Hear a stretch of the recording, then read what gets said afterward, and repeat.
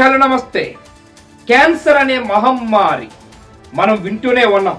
ఎక్కడ చూసిన క్యాన్సర్ అనేది పట్టి పీడిస్తున్నది. అయితే ఈ క్యాన్సర్ ఒక 5% ఎట్లా వస్తుందని చెప్పేసి అధ్యయనాలు చేశారంట అమెరికాలో.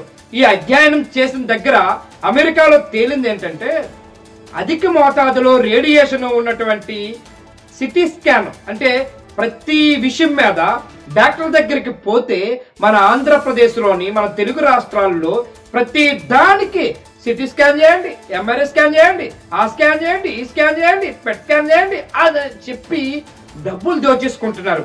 సరే, ఇదంతా ఒక పక్కన పెట్టుకుంటే ఈ సిటీ స్కాన్ వల్ల, ఎంఆర్ఐ స్కాన్ల వల్ల రేడియేషన్ అనేది మన బాడీకి చేరుతున్నది.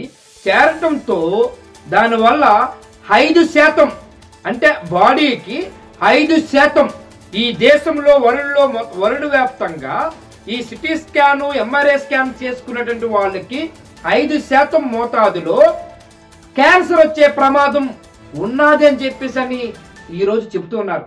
ఇది ఎప్పుడో రేడియేషన్ బారిన పడితే చాలా ప్రమాదము, చాలా ఇబ్బంది.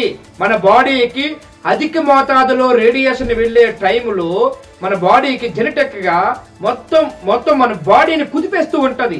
దాన్ని క్యాన్సర్ కణాల కింద తయారయ్యి క్యాన్సర్ అనే మహమ్మారి మన బాడీకి చేరుతుంది.